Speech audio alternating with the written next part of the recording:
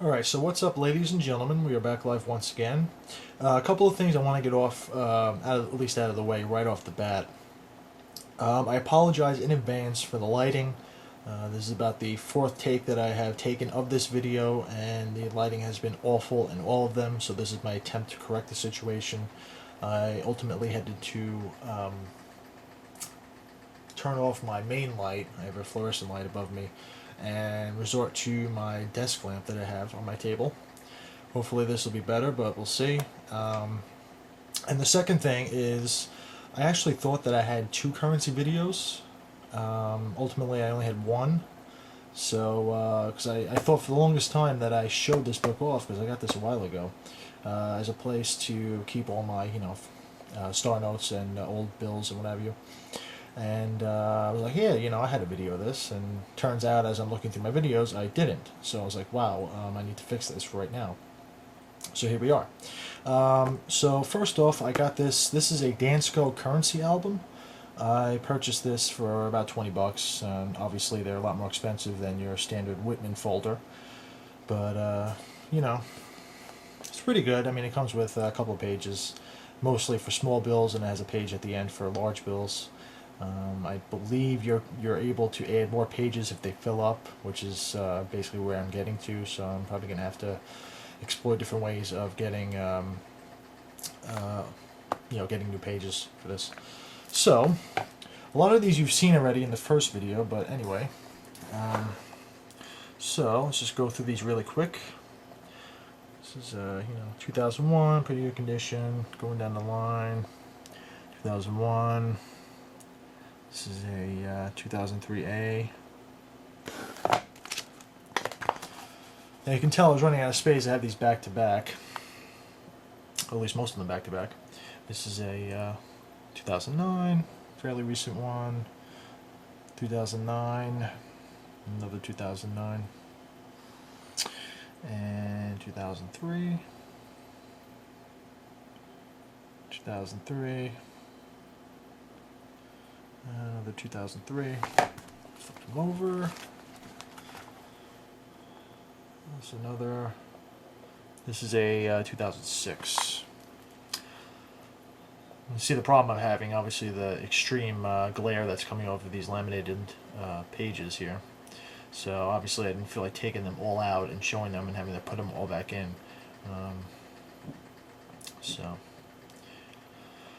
Anyway, so this is the back of a dollar bill, if you've never seen one before. Hasn't changed since, at least I know the back hasn't changed, I think.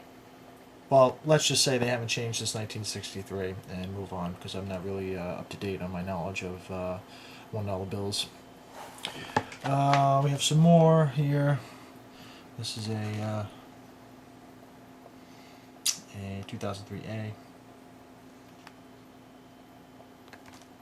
2006. The glare's killing me. That's another 2006. Another thing, I'm doing this freehand, so you'll forgive the occasional shake, because I am not the steadiest person in the world. And this is our final star note. This is a 2009. Now I still have the same 4 star notes that 4 $5 star notes that I had in my previous video. So I'll go through these pretty quickly. They haven't changed. They've just been moved into their respective place in my little album here. This is 2 of the older style 1999s. This is when they first changed the $5 bill from the old style, which is something like this. So let's just flip the page over. Now I have a couple of old style 5s. This is the 1977A, pretty old, considering the fact that it's almost 40 years old. 1988, not in great condition, but it's alright. I got one with some writing on it. This is 1995. Let's see what else. We have 1995. And 1995. Now, ultimately, older dollar bills which I'll show you in just a second, are a lot easier to find than older $5 bills because the style hasn't changed since 1963, like I said. So, you know, people that really don't collect currency, they'll see the old style 5s or, you know, 10s or whatever, and they'll think they're really cool, and they'll take them out of circulation and give them to their, you know, children or whatever as like a gift, and doesn't leave that much in circulation for us collectors. But moving on, can't complain really, because that might spark the interest of the young person and might lead down a path of coin collection and currency collection, which is obviously great. But anyway, I digress.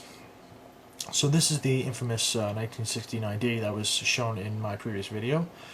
You can tell that the person that owned this bill thought it was funny, and at least thought that he was clever, excuse me, and drew 2 zeros behind the 1, thinking that it was going to be transformed miraculously into a $100 bill, but ultimately failed. You can see that the ink is starting to, you know, well, I guess you can't see that because of the glare and terrible lighting, but the marker that this person drew with is starting to bleed into the paper and starting to turn the bill dark green.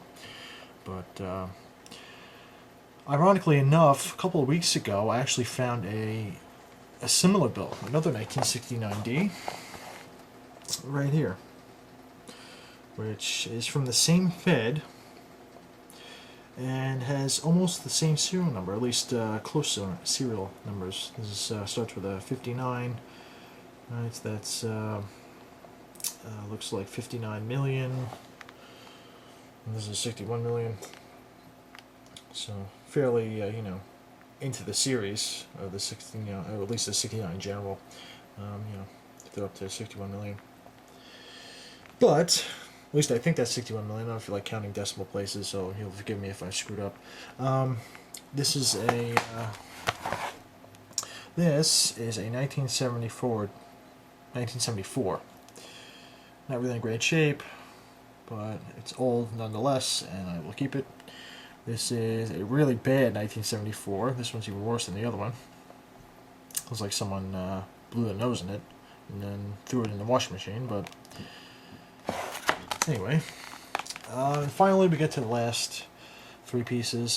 This is a 1963B. This is the infamous Barr note. I think I showed in the previous video. If not, the reason that this is famous is because of the fact that the Secretary of Treasury, Barr, was only in office for maybe 3 months, I think, and ultimately was out of office by the time they were able to print a large number of these Barr notes. And so they had to, you know, when he came in, they had to print a new style $1 bill with his name on it. And, well, not new style, but new. And then he was only in office for 3 months, and so they only got to make a very small number, and he left, and then they had to obviously remake him with a new person's name on it, and ultimately a very few number got into circulation. Although in this condition, ungraded, it's only worth maybe like $2. So it's not really that big of a find. But it's still pretty cool nonetheless. And I actually have the bill before it. This is a 1963A. At least I think it's before. I think they go A, B, C in that order. So correct me if I'm wrong. But yeah, that's the Secretary of Treasury before Mr. Barr, and this is obviously him. I don't have the one after, unfortunately, but I will be on the lookout. And then, finally, last piece, I found a old style 100. $100 bill. This is a 1981. So pretty cool. Obviously, definitely saved all the old hundreds. This one's worth about $100. But it's still, again, cool nonetheless. And this is that large. This is like this is for large currency, large bills. And you can't see it because well, it's clear, duh. But this is for large bills. So I haven't got any large bills yet, but I might. You never know. So thanks for watching, ladies and gentlemen. Remember to subscribe to support the channel, like this video, leave me a comment, tell me what you think about the Barr note and old 100 and everything else. And we will see you all next time. Take care, everybody.